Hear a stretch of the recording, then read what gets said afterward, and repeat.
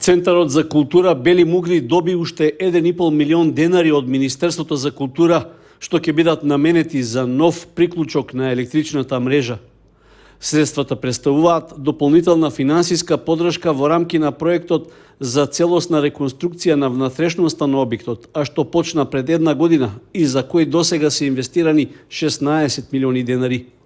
По комплетирањето на градежните работи со кои се реконструираше големата сала во институцијата, утврдено е дека капацитетот на постојниот електричен приклучок нема да ги задоволи потребите на новата опрема за затоплување, осветлување и озвучување. Бидејќи машинскиот и техничкиот дел ќе имаат поголема моќност од досегашната, неопходно е да се направи друг приклучок за да се постигне соодветна техничка безбедност и да се избегнат прекини во напојувањето и евентуални хаварии на инсталацијата. Поради тоа ќе се обезбеди сосема нов довод на струја до објектот, што ќе представува фундамент за користењето и функционалноста на салата. Средствата што се добиени од Министерството се резултат на квалитетната и навремена реализација на планот за реконструкција, што е признание и поттик за понатамошното работење, информираше директорката на Националната установа Центар за култура Бели Мугли Ана Поп Михаилова. Паралелно со обезбедувањето нов електричен приклучок, ќе се инсталира и опремата за озвучување и осветлување на сцената. Со тоа, од предстојната пролет, ќе можат да се реализираат планираните сценско-програмски активности. Пред реконструкцијата на внатрешноста на Центарот за култура во Кочани, што е прв поголем зафат по 7 децении од неговата изградба, пред 2 години целосно беше обновена и фасадата на објектот. За оваа намена Министерството за култура тогаш инвестираше околу 14 милиони денари.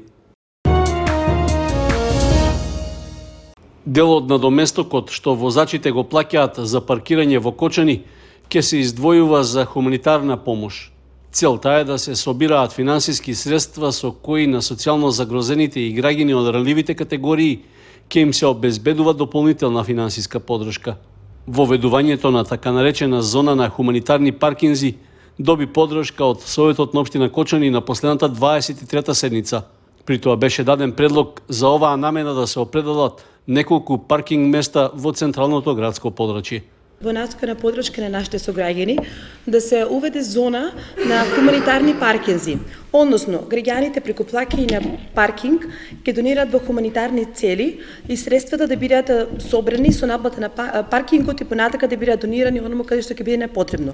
Например, за почетокот може да бидат 2 паркинг места. Карикирам во трговскиот, еден може кафонто да биде обележено со посебна боја, дали црвено, дали жолто, тоа ќе си одговорат релевантните служби. И цената валда ќе ние донесеме со одлука на Совет. Ако во моментот е 10 денари, да биде барем 30 денари цената на паркингот. Тоа понатака мислам дека ќе се договара како ќе биде со комуналното јавно предпријатие, нели си зонско паркирање и така.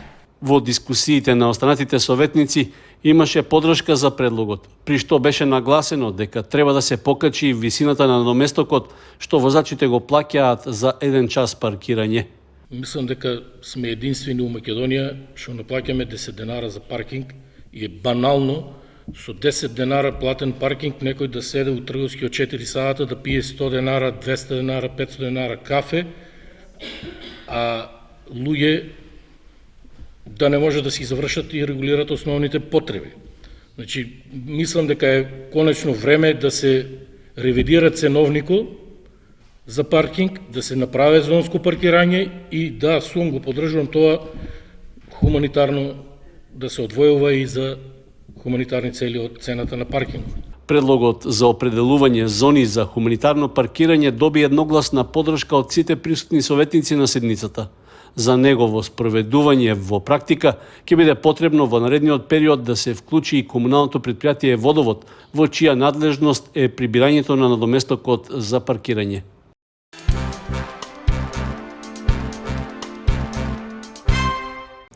Педесетиедногодишниот Сашко Арсов од населбата Оризари отепал волк што му влегол во дворот од семејната куќа. Дивото животно непријатно го изненадило, затоа што не очекувал блиска средба со него во централниот дел на населбата, а во тој момент по улицата во која живее поминувале деца и други луѓе. Само присебноста му помогнала да го совлада волкот и да избегне сериозни повреди. Па нападени случаи. Усред бел ден. Улина у дворо, куче ми моje лаеше, улина мислам дека е вујчак.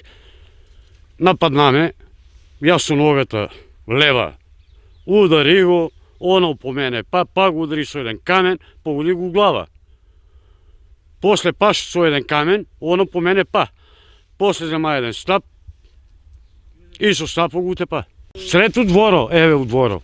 Испашив се. Испашив се поштено. Добро, јас се спаси па сега. Тоа ми. Жителите на Оризари потврдија дека во изминатите неколку вечери во близина на населбата слушнале завивање на волци. Тие најверојатно во потрага по храна се семнуваат од осоговијата. Загрижени се за сопствената безбедност и бараат реакција од надлежните ловочуварски служби. Училишен клуб за поддршка на учениците роми во средното образование е отворен во средното општинско училиште Гошо Викентиев. За реализација на проектот, училиштето обезбеди училници и компјутерска опрема. Целта е учениците полесно да го совладуваат наставниот материјал и да ги реализираат училишните задачи. Проектот е со цел да се обезбеди поголема вклученост на учениците роми во дуалните паралелки во прва година. Тоа во иднина треба да им овозможи поголеми шанси за идно вработување. За прв пат годинава е зголемен бројот на ученици роми во дуалните паралелки во однос на претходните години. Проектот за отворање училишен клуб за поддршка на учениците роми во средното образование од шведската организација Ви-ефект подружница Скопје. Партнер во проектот е граѓанското здружение Авена од Кочани.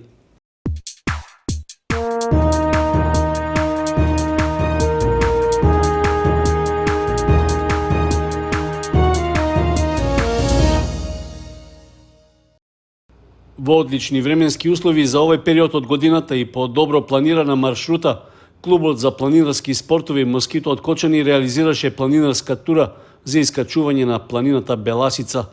Во акцијата учествуваа четворица планинари од Кочанскиот клуб, а почетната точка на маршот беше на надморска височина од 450 метри, додека денивелацијата што се пешачеше изнесуваше 1600 метри.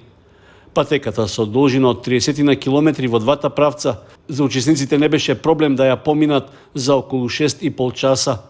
Искуството и физичката подготвеност им овозможија без потешкоти да се искачат на врвовите Радомир на 2050 и на Конгур на 1950 метри надморска височина.